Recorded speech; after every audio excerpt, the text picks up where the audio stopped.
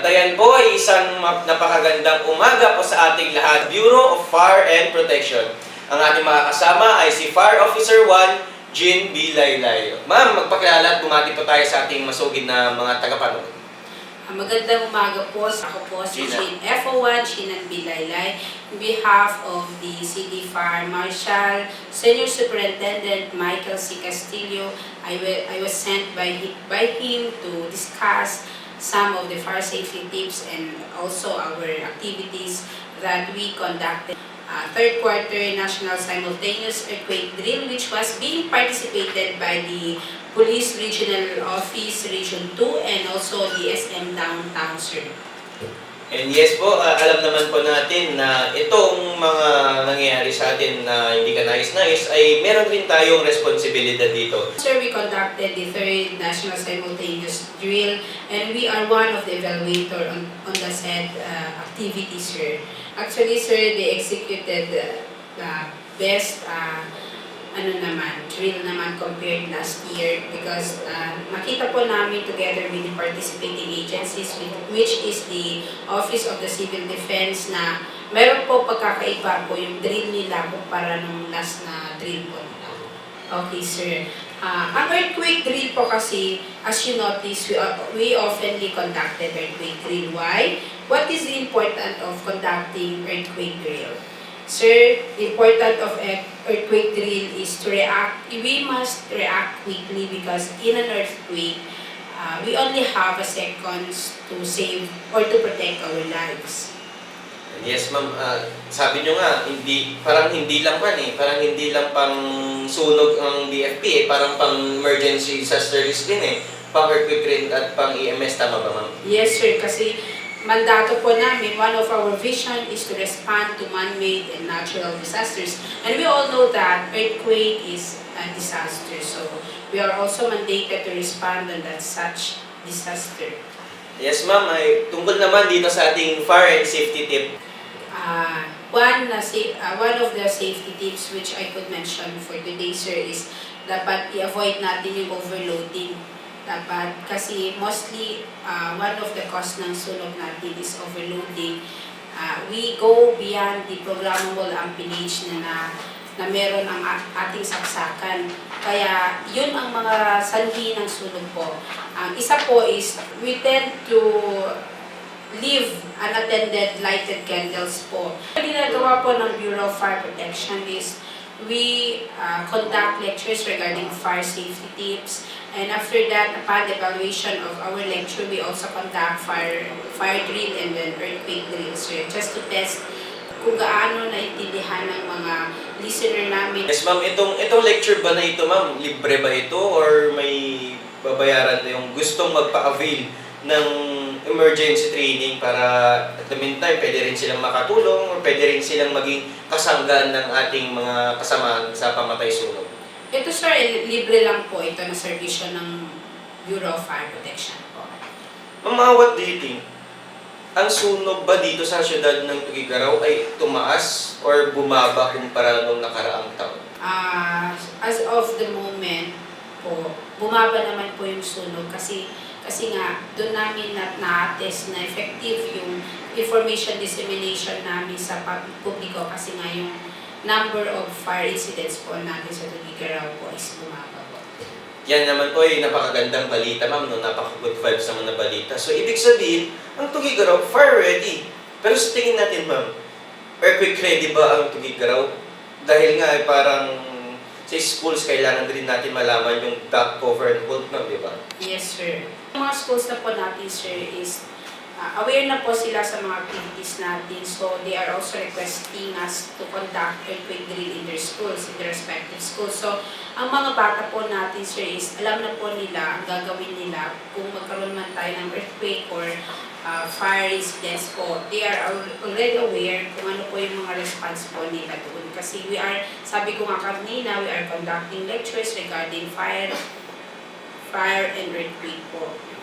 Yes ma'am. So, ibig sabihin, BFP Tugigaraw is now building relationship to the schools and to the communities. Yes, sir, yes. Matagal na po yan, pero because Because nowadays, dahil technology-wise, advanced na tayo sa technology, meron namang ganito interview. Saka lang natin nalalaman yung mga programa ng BFP. Pero noon pa po yan, kinokontak na po yung namin yung mga lectures namin regarding fire safety tips, earthquake, ganun po. So ma'am, pag may sunog po ba, ano ang kailangan nating gawin? Anong unang dapat nating gawin at isaulog para hindi na mas mapahamak ang ating mga kababayan na bigla na lang susugod-sugod dyan sa may sunog kahit walang proper training? Anong pwede nating gawin doon? Ayan po sir, ang pinakamagandang tanong mo ngayong umaga na dapat po pag magkaroon po ng sunog, ang number one po na gagawin ng publiko is to call the hotline of the BFP. Because we all know that fire will double up in every 30 seconds. Kaya dapat kapag may sunog, ang unang tinatawagan po natin is ang hotline number ng BFP, which is the 0917-811-3474.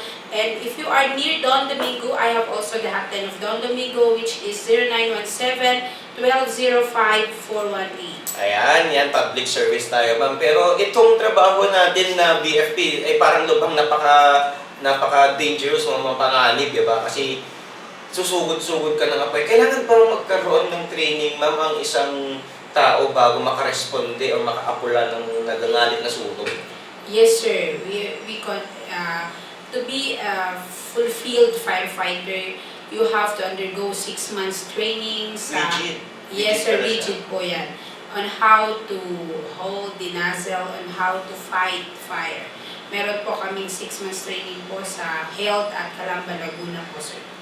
Parang merong fire inspection na ginagawa ating mga kasama dyan sa pamantay sunog sa ating mga bagong establishmento dito.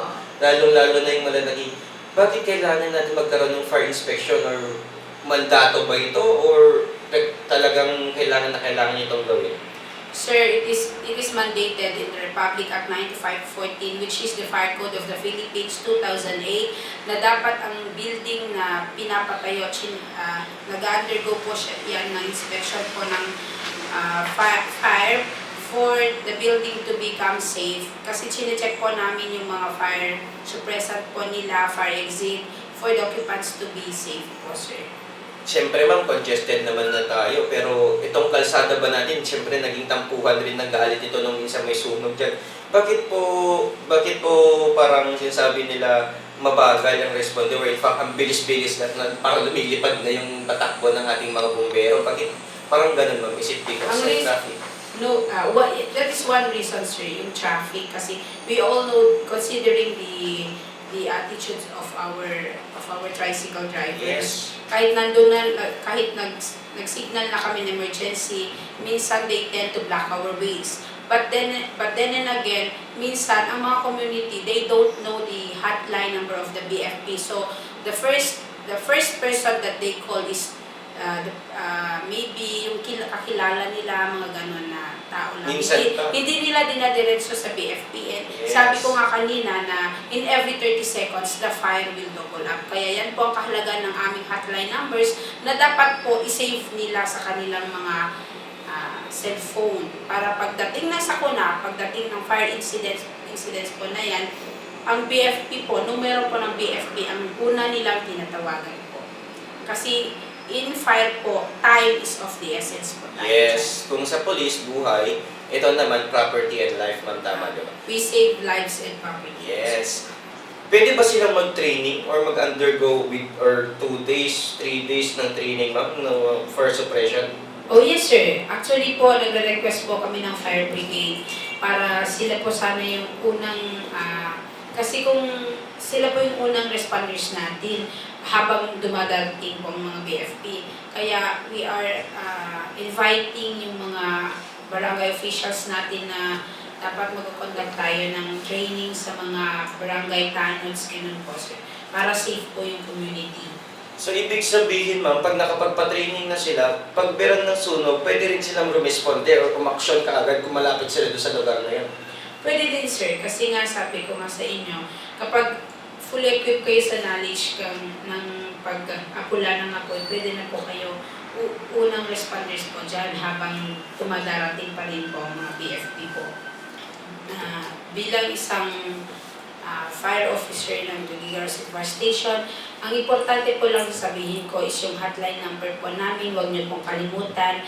At saka kapag lumabas po kayo sa iyong mga bahay, i-unplug niyo po ang mga equipment niyo na hindi po nagagamit to prevent the occurrence of fire po. Yun lang po. At syempre, ang kanilang hotline ng Bureau of Fire and Protection Tuguegarao Office ay 0917-811-3474. Uulitin ko po, 0917-811-3474. At kung kayo po ay malapit lamang po dyan sa may Don Domingo Market, meron pong istasyon ng ating mga kasamahan dyan na pamatay sunog.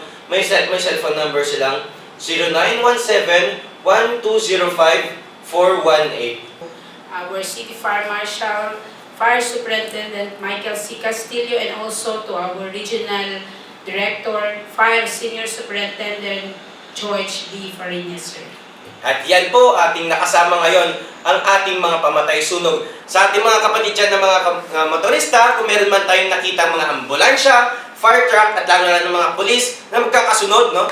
Sana be aware tayo na gumili tayo, magbigay tayo ng espasyo sa kalsada nang sa gayon ay makaresponde at makatugon sila kaagad sa kanilang tungkulin dahil every property and every life counts in a second. At yan po, ako pang inyong nakasama, ang inyong lingkod, Paul Lopez para sa Talk TV, Cagayan Valley.